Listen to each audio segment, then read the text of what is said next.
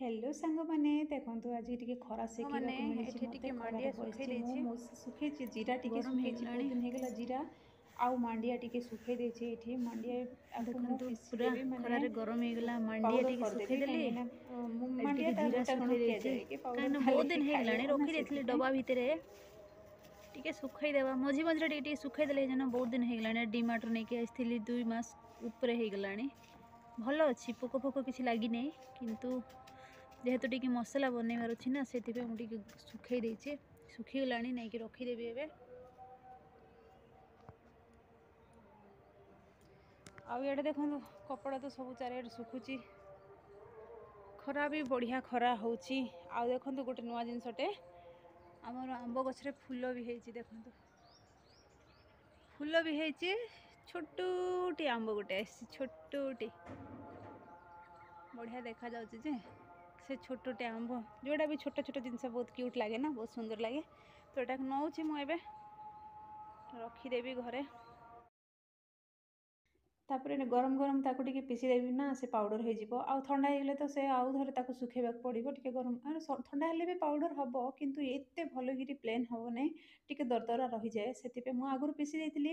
ଆଗରୁ ଥରେ ଏମିତି ଥଣ୍ଡା ଥଣ୍ଡାରେ ପ୍ୟାକେଟ୍ରୁ ଯେମିତି ବାହାର କଲି ସେମିତି ପିଷି ଦେଇଥିଲି। ସେତେବେଳକୁ ଟିକେ ଦରଦରା ହେଇଥିଲା, ମାନେ ଟିକେ ଜଷ୍ଟ ଟିକେ ସେ ଯେଉଁ ଚୋକଡ଼ ଚୋକଡ଼ ଟାଇପ୍ର ହେଇଥିଲା, ଟିକେ ଦରଦରା ହେଇଥିଲା। ଏଥରକ ମୁଁ ଭଲ ଭାବରେ ତାକୁ ପିସିବି ବୋଲି ଭାବିକିରି ଗରମ କରିଦେଲି, ମାନେ ଭାଜି ନାହିଁ, ଖରାରେ ରଖିଦେଲି। ଖରାରେ ତ ଗରମ ହେଇଗଲା, ତାପରେ ଆଣିକି ତାକୁ ପିଷି ଦେଉଛି। ଏ ହେଇଗଲାଣି ମାସେ 2 ମାସ ଖଣ୍ଡେ ହେଇଗଲାଣି ଏ ମାଣ୍ଡିଆଟା ଆଣିକି ରଖିଥିଲି, ମାନେ ଡିମାର୍ଟରୁ ନେଇକି ଆସିଥିଲି। ଆଗରେ ଖୋଲା ମାଣ୍ଡିଆ ଆଣୁଥିଲେ, ତାକୁ ମୁଁ ଧୁଆଧୁଇ କରିକିରି ଶୁଖାଉଥିଲି ଖରାରେ। କିନ୍ତୁ ଏବେ ପ୍ୟାକେଟ୍ରୁ ଆଣିଛନ୍ତି ଯେହେତୁ ଆଉ ଧୁଆଧୁଇ କରିନାହିଁ, ସେମିତି ଡାଇରେକ୍ଟ ଶୁଖେଇ ଦେଇଛି। ଆଉ ସାଙ୍ଗମାନେ ପ୍ୟାକେଟ୍ ଦେଖନ୍ତୁ ଭିତରେ ଅଛି ବା କଣ, ବଢ଼ିଆ ସେମିତି ବି ଟିକେ ପାଉଡ଼ର ଦେଖାଯିବ ହେଇଗଲା। ଖୋଲିକି ଦେଖନ୍ତୁ କେତେ ସୁନ୍ଦର ପୁରା ମାଣ୍ଡିଆ ପାଉଡ଼ର ଏଇଟା ହେଇଯାଇଛି। ଆଉ 2 ମାଣ୍ଡିଆର ଡବା ପାଉଡ଼ରଟା ହେଇଗଲା କରିଦେଲି। ସେଟା।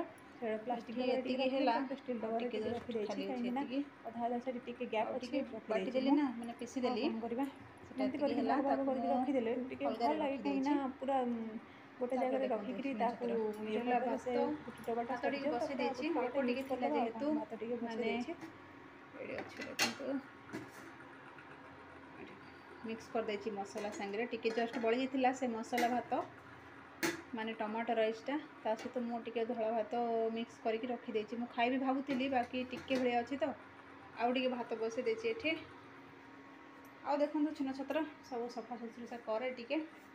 ଏଠି ରହିଲା ଚଟଣି, ଧନିଆ ପତ୍ର, କଞ୍ଚା ଲଙ୍କା, ଟମାଟୋ ସବୁ ଚଟଣି। ଆଉ ରହିଲା ଟିକେ ଦହି ରହିଯାଇଛି। ସକାଳୁ ଏସବୁ ରଖିଦେଇଥିଲି। ଏଠି କ'ଣ ଅଛି, ଏଠି ଦେଖନ୍ତୁ ଡାଲି ଅଛି। ଡାଲି ବନେଇଥିଲି ସକାଳୁ। ଏଠି କ'ଣ ଅଛି, ତାପରେ ଏଠି ଏଠି କିଛି ଖାଲି ନାହିଁ। ଡାଲି ଅଛି, ଭାତ ଟିକେ ବସେଇ ଦେଇଛି। ଆଉ କ'ଣ, ଟମାଟୋ ରାଇସ୍ କରିକି ଦେଇଦେଲି 2 ଜଣଙ୍କୁ। କିନ୍ତୁ ସେ ଟମାଟୋ ରାଇସ୍ଟା ଅଳ୍ପ ଟିକେ ଥିଲା। ତାପରେ ଧଳା ମାନେ ଯେଉଁ ସାଧା ଭାତଟା ଟିକେ ବନେଇଥିଲି, ସେଇଟା ଟିକେ ଥିଲା। ତ ଟିକେ ଟିକେ ଥିଲା ନା, ସେଇଟା ହେବ ନାହିଁ। ତାପରେ ଝିଅ ବି ଆସିଲେ ଖାଇବ, ତ 2 ମା ଝିଅଙ୍କ ପାଇଁ ଟିକେ ବସେଇ ଦେଇଛି ଭଲକିରି ଭାତ ଟିକେ। ଆଉ ଏପଟେ ସବୁ ପୋଛାପୋଛି କରିକି ଧୁଆ ପୋଛା କରିବି। ସେତିକି ଭିତରେ ଭାତ ହେଲା ଭିତରେ ଅନ୍ୟ କାମ ବି କିଛି କରିଦେବା। ବସି ପଡ଼ିଲେ ତ ହେବ ନାହିଁ ନା, ନିଜେ ନ ମଲେ ତ ସ୍ୱର୍ଗ ଦେଖି ହେବ ନାହିଁ। ତ ସବୁ କାମ ମୋତେ ହିଁ କରିବାକୁ ପଡ଼ିବ। ଆଉ କିଏ ନାହିଁ ଏଠି କରିବା ପାଇଁ, ଆଉ କେହି ଆଉ କିଏ କାହିଁକି କରିବ ମୋ ଘର କାମ, ତ ମୁଁ ହିଁ କରିବାକୁ ପଡ଼ିବ। ତ ତାପରେ ଦେଖନ୍ତୁ ଏଇଠି ମୁଁ ସଫାସୁତୁରା ସବୁ କରିଦେଉଛି। ବାହାରେ ଆଜିକାଲି ଶୀତ ଦିନରେ ଏମିତି ଗୋଟେ ମଜା ଲାଗେ କି ଲୋକମାନେ ଗହଳି ଚହଳି ହେଇଥାନ୍ତେ, ବାହାରେ ସମସ୍ତେ ମାନେ ଖରା ସେକିକି ବସିଥାନ୍ତେ, ତା ଉପରେ ଟିକେ ଗପସପ ହେଇଥାନ୍ତେ, କେତେ ମଜା ଲାଗିଥାନ୍ତା। ଗାଁ ଗହଳିରେ ଏସବୁ ହୁଏ, କିନ୍ତୁ ଟାଉନରେ ତ କେହି କାହାକୁ ଦେଖନ୍ତି ନାହିଁ କି ପଚାରନ୍ତି ନାହିଁ ସେମିତି। ତାପରେ ମୋ ପାଖ ପଡ଼ୋଶୀ ବି ଥିଲେ ସବୁ, ଏବେ ଜଷ୍ଟ ଗାଁକୁ ପଳେଇ ଯାଇଛନ୍ତି। ଆଉ ଜଣେ ଆଗରୁ ପଳେଇ ଯାଇଛି, ଆଉ ଜଣେ କାଲି ଗଲା। ସିଏ ଭାରି ବିରକ୍ତ ଲାଗୁଛି ଏଠି ରହିବା ପାଇଁ, ମାନେ ସୁନସାନ ପୁରା। କିନ୍ତୁ ଏକୁଟିଆ ରହିବାଟା ଶିଖିବାଟା ହିଁ ଭଲ। କାହିଁକି ନା ସବୁବେଳେ ସମସ୍ତେ ସମାନ ନଥିବେ, ସମସ୍ତେ ପାଖରେ ନଥିବେ। ଆଉ ସାହି ପଡ଼ୋଶୀ, ପାଖ ପଡ଼ିଶା ଏସବୁ ହଁ ଦୁଃଖ ସୁଖ ହେଲେ ଗୋଟେ ସାହାଯ୍ୟ କରନ୍ତି ସମସ୍ତେ। କିନ୍ତୁ ଆଜିକାଲିକା ଯୁଗ ଯାହା ହେଲାଣି, ଗୋଟେ ଜାଗାରେ କଥା ହେବେ, ଆଉ ଗୋଟେ ଜାଗାରେ ନେଇକିରି ସେ କଥାଟାକୁ କରିଦେବେ, ପ୍ରଚାର କରିଦେବେ। ତ ସେ ସକାଶେ ଏକୁଟିଆ ରହିବାଟା ହିଁ ସବୁଠାରୁ ବେଟର୍, ସବୁଠାରୁ ଭଲ। ତ ଆଉ କ'ଣ କରିବା। ତ ଏଇଠି ମୁଁ ଧୁଆ ମଜା ଟିକେ କରିଦେଉଛି, କାହିଁକିନା ଆଉ ଏସବୁ ଜମା ହେଇଗଲେ ନା ସନ୍ଧ୍ୟାବେଳକୁ ବେଶୀ ହେଇଯିବ। ଆଉ ଏବେ 12ଟା ପରେ ନା ଖରା ପୁରା ତମ ଖରା ଯେଉଁଟାକି ପୁରା ଟାଣୁଆ ଖରା ହେବ। ଶୀତ ଦିନ ଖରାଟା ଆପଣମାନେ ଜାଣିଛନ୍ତି। ତ ଟାଣୁଆ ଖରା ହେଉଥିବା ସମୟରେ କ'ଣ ହେଇଛି ନା ପାଣିଟା ସିଣ୍ଟେକ୍ସ ପାଣିଟା ଗରମ ହେଇଯାଇଥିବ। ଆଉ ସେ ପାଣିରେ ଧୁଆ ପୋଛା କଲେ ବହୁତ ହି ଭଲ ଲାଗେ, କାହିଁକିନା ଥଣ୍ଡା ମାସଟା ନା, ଘର ଭିତରେ ତ ଥଣ୍ଡା ଲାଗୁଛି। ଆଉ ସକାଳୁ ସକାଳୁ ଯଦି ଧୋଇବେ ବରଫ ହେଇଯାଇଥିବ ପାଣିଟା, ଯେମିତିକି ଥଣ୍ଡା ଯେ ଥଣ୍ଡା, ଆଉ ପୁରା କାକର ଏତେ ମାନେ କୁହନ୍ତୁନି, ହାତ ଗୁଡ଼ାକ ପୁରା ଝିମଝାମ ହେଇଯିବ। ଆଉ ହାତ ଗୁଡ଼ା ପୁରା ଝିମଝିମ ହେଇଯିବ, ମାନେ ରାତି ଯାକ ସିଣ୍ଟେକ୍ସଟା ବାହାରେ ଅଛି ନା, ମୁଁ ଛାତ ଉପରେ ଅଛି। ତ ସିଣ୍ଟେକ୍ସ ପାଣିଟା ପୁରା ଥଣ୍ଡା ହେଇଯାଇଥିବ ନା, ସେଇଟା ସକାଳୁ ସକାଳୁ ବହୁତ ଇଏ ଲାଗିବ। ଆଉ ଦ୍ୱିପହର ବେଳକୁ ଗରମ ପାଣି ଆସିବ, ସନ୍ଧ୍ୟା ପର୍ଯ୍ୟନ୍ତ ଗରମ ପାଣି ଆସିବ, ତାପରେ ରାତିରେ ଫେର ଥଣ୍ଡା ହେଇଯିବ। ଏମିତି ସବୁ। ତ ଗରମ ପାଣି ଯେତେବେଳେ ଯେଉଁ ସମୟରେ ଆସୁଛି ସେ ସମୟରେ ଧୁଆପୋଛା କରିଦେଲେ ତା ବହୁତ ବଢ଼ିଆ କି ନାହିଁ। ଆଉ ନିଜେ ତ କରିବାକୁ ପଡ଼ିବ, ଆଉ କିଏ କରିବ। ତ ସବୁ ଟିକେ ଆଇଡ଼ିଆ ଖଟେଇକିରି କରିବା କଥା, ଆଉ କ'ଣ। ଆଉ ଦିନେ ଅଧେ ଟିକେ ଅଳସୁଆ ଲାଗେ, ବାକି ଯେଉଁ କାମ ଯଦି ଅଧିକା ହେଇଯାଇଛି, ଅଧିକା ଦେଖାଯାଉଛି, ମାନେ ଆଉ କ'ଣ ଅଳସୁଆ ଲାଗିବ। ହେ ଏମିତି ଦେଖନ୍ତୁ, ଆଜି ତ ହେଲା ସୋମବାର, ତାପରେ କାଲି ହେଲା ମଙ୍ଗଳବାର, ତାପରେ ବୁଧବାର ଦିନ ତ ଧୁମଧଡ଼ାକା କାମ ଥିବ, କାହିଁକି ନା ବହୁତ ମାନେ ଗୁରୁବାର ପୂଜା ପାଇଁ ବୋଲିକିରି ବୁଧବାର ଦିନରୁ ହିଁ ସବୁ ଲିପା ପୋଛା ଧୁଆ ମଜା ସବୁ କିଛି ଆରମ୍ଭ ହେଇଯିବ ନା। ତ ଦ୍ୱିତୀୟ ପାଳି ଗୁରୁବାର କେମିତି କ'ଣ ହେବ, ସାଙ୍ଗମାନେ ଏଇଠି ଦେଖନ୍ତୁ, ଆପଣମାନେ ଏମିତି କରନ୍ତି ମୋ ଘରେ। ଗୋଟେ ଜିନିଷ କାଢ଼ିବେ, ସେ ଥାକରୁ ହଉ କି ସେ ପ୍ୟାଣ୍ଟ ସାର୍ଟ ଯାହା ବି ଖୋଜୁଥିବେ, ଗୋଟେ ଜିନିଷ କାଢ଼ିବେ, ଦୁଇଟା ପକାଇବେ, ପଡ଼ିଲା ଜିନିଷ ଆଉ ଉଠେଇକି ରଖିବେ ନାହିଁ।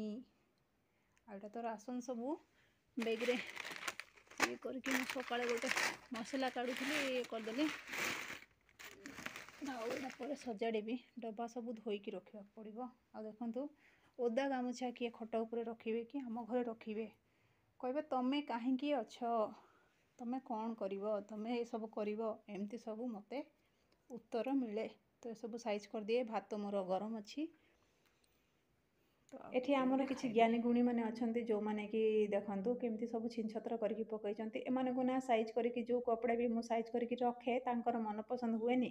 କ'ଣ ପାଇଁ ନା, ଏମାନେ ନା ଗୋଟେ କପଡ଼ା କାଢ଼ିବେ, ସେ କପଡ଼ା ସାଙ୍ଗେ ଯଦି 2-3ଟା କପଡ଼ା ତଳେ ପଡ଼ିଯିବ ବା କିଛି ବି ଖସିକି ପଡ଼ିଯିବ ବୋଲେ ନା, ସେମାନେ ଆଉ କାଢ଼ିକି ତାକୁ ରଖିବେ ନାହିଁ, କିଛି ନାହିଁ। ମୋତେ ଭାରି ବିରକ୍ତ ଲାଗେ ସାଇଜ୍ କରିକି ରଖିବା ପାଇଁ। ଏଇଟା କ'ଣ ଗୋଟେ, ଜଣେ ହିଁ ଖାଲି କରୁଛି ତ କରୁଥିବ, ସିଏ ମଲେ ବି କେହି ବିଶ୍ୱାସ କରିବେନି ଆମକୁ ସେମିତି। ମାନେ ମୁଁ କହିବାର ଅର୍ଥ କ'ଣ, ମୁଁ ମଲା ପରେ ବି କେହି ମୋତେ ବିଶ୍ୱାସ କରିବେନି କି ମୁଁ ମରିସାରିଲିଣି ବୋଲିକିରି। କାହିଁକି ନା ଦେଖନ୍ତୁ, ଏତେ ସବୁ କରିବ ମଣିଷ, ସକାଳୁ ଉଠିକି ସବୁ କରିବ, କିନ୍ତୁ କହିବେ କି ହଁ ତମେ କ'ଣ ପାଇଁ ଅଛ ଘରେ। ଆଉ ସେମାନେ ସବୁ ଅସନା କରିକି ପକେଇକିରି କପଡ଼ା ଫପଡ଼ା ଏପଟେ ସେପଟେ ପକେଇକି ଯାଇଥିବେ, ଗାଧେଇବେ, ଗାମୁଛା ଯାକ ସବୁ ପକେଇବେ, ଓଦା ଗାମୁଛା ଗୁଡ଼ାକ କିଏ ବେଡ଼୍ରେ ରଖିକି। ଏସବୁ ମୋତେ ବିଲକୁଲ ଭଲ ଲାଗେନି। କହି କହି ହାଲିଆ ହେଇଗଲିଣି, ସେଥିପାଇଁ ମୁଁ ଆଉ କିଛି କହୁନାହିଁ।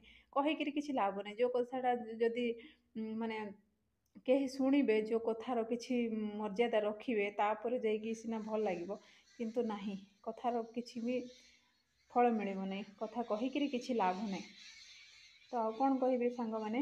ତ ଏଇଟା ତ ସମସ୍ତଙ୍କ ଘରର କାହାଣୀ, କିନ୍ତୁ କିଛି କିଛି ଲୋକ ଅଛନ୍ତି ଯେଉଁମାନେ କି ହଁ କିଛି ସାହାଯ୍ୟ କରନ୍ତି। ମୋ ଘରେ ବି ସାହାଯ୍ୟ କରନ୍ତି, ହଁ ସେ କିଛି କିଛି ସାହାଯ୍ୟ କରନ୍ତି, ମନା ନାହିଁ। କିନ୍ତୁ ଏଇସବୁ ଯେଉଁ ପ୍ରକାର କରନ୍ତି ନା, ଏଇଟା ମୋତେ ଭାରି ବିରକ୍ତ ଲାଗେ। ଆଉ ଥରେ ଲାଗେ ଏମାନଙ୍କୁ କହିକି କିଛି ଲାଭ ନାହିଁ। ଯାହା ବି କରିବ ନିଜେ କରିବ, ନିଜେ ଯେତିକି ପାରିବ କରିବ, ନଚେତ୍ ଏମାନଙ୍କୁ କହିକି ମୁହଁ ଖୋଲିକି କିଛି ଲାଭ ନାହିଁ। କାହିଁକି ନା ଦିନେ କହିବ, 2 ଦିନ କହିବ, 3 ଦିନ ବେଳକୁ ତ ଆଉ ବିରକ୍ତ ଲାଗିବ ନା ଯାହାକୁ ବି। ଏଇଟା ଗୋଟେ କି ଅଭ୍ୟାସ, ମୋତେ ବହୁତ ହି ଇଏ ଲାଗେ। ଗାଧେଇବେ, ସବୁ କପଡ଼ା ସେଟ୍ ରଖିବେ, ଯେଉଁ କପଡ଼ାଟା କାଢ଼ୁଥିବେ ତା ଦେହରେ 2-4ଟା କପଡ଼ା ଯଦି ପଡ଼ିଯାଇଥାଏ, ତାକୁ ସେମିତି ପଡ଼ିଥିବ। ଏମିତି ଗୋଟେ କିଏ ଗୋଟେ ଘୋଷାଡ଼ି ହେଇକିରି କେତେ ବା କାମ କରିବ। କହିବେ କି ହଁ ତମେ କ'ଣ ପାଇଁ ଘରେ ଅଛ, ତମେ ଅଛ ନା ସବୁ କରିବ। ଆଉ ମାନେ ମୋତେ କିଣିକି ନେଇକି ଆସିଛନ୍ତି ନା, ସେଥିପାଇଁ। ଥରେ ରାଗ ଲାଗିବ, ରାଗ ଚିଡ଼ା ମାରିବ ଗୋଟେ ଥର। ଆଉ କ'ଣ କରିବା। ଏଠି ମୁଁ ପାମ୍ପଡ଼ 2ଟା ଛାଣି ଦେଉଛି, 2ଟା ନୁହେଁ 3ଟା ଛାଣି ଦେଉଛି, କାହିଁକି ନା ଝିଅ ବି ଖାଇବ, ତା ପାଇଁ ବି ରଖିଦେଇଥିବି। ଆଉ ତାକୁ ନେଇକି ଆସିବି, ଆଉ ଏତେ ହାଲିଆ ହେଇକି ଫେର ସେ ପାମ୍ପଡ଼କୁ ଛାଣିବାକୁ ଯିବି କି, ଏକାଥରକେ ଛାଣିକି ରଖିଦେଇଥିବି ଭାବୁଛି। କିନ୍ତୁ ପାମ୍ପଡ଼ ଜିନିଷଟା ଛାଣୁ ଛାଣୁ ଖାଇଲେ ହିଁ ବହୁତ ତାର ସ୍ୱାଦଟା ଗୋଟେ ଅଲଗା ଥିବ। ଆଉ ଛାଣିକି ରଖିଦେଲେ ତ ଟିକେ ଇଏ ହେଇଯିବ। ଆଉ ଏଠି ହେଲା ଦେଖନ୍ତୁ ମୋର ଧନିଆ ଆଉ ଲଞ୍ଚ କଞ୍ଚା ମେନ୍ୟୁ। ଲଙ୍କା ଟମାଟୋ ଚଟଣିଟା ଆପଣମାନଙ୍କୁ ଦେଖେଇଥିଲି ଆଗରୁ। ଚଟଣି ହେଲା, ଏଠି ହେଲା ପାମ୍ପଡ଼ 3ଟା ଛାଣି ଦେଇଛି। ମୁଁ 2ଟା ଖାଇଦେବି, ଝିଅ ପାଇଁ ରଖିଦେବି, ନହେଲେ ମୁଁ ଗୋଟେ ଖାଇଦେବି, ତା ପାଇଁ 2ଟା ରଖିଦେବି। ଆଉ ଏଠି ହେଲା ମୋ ଡାଲି,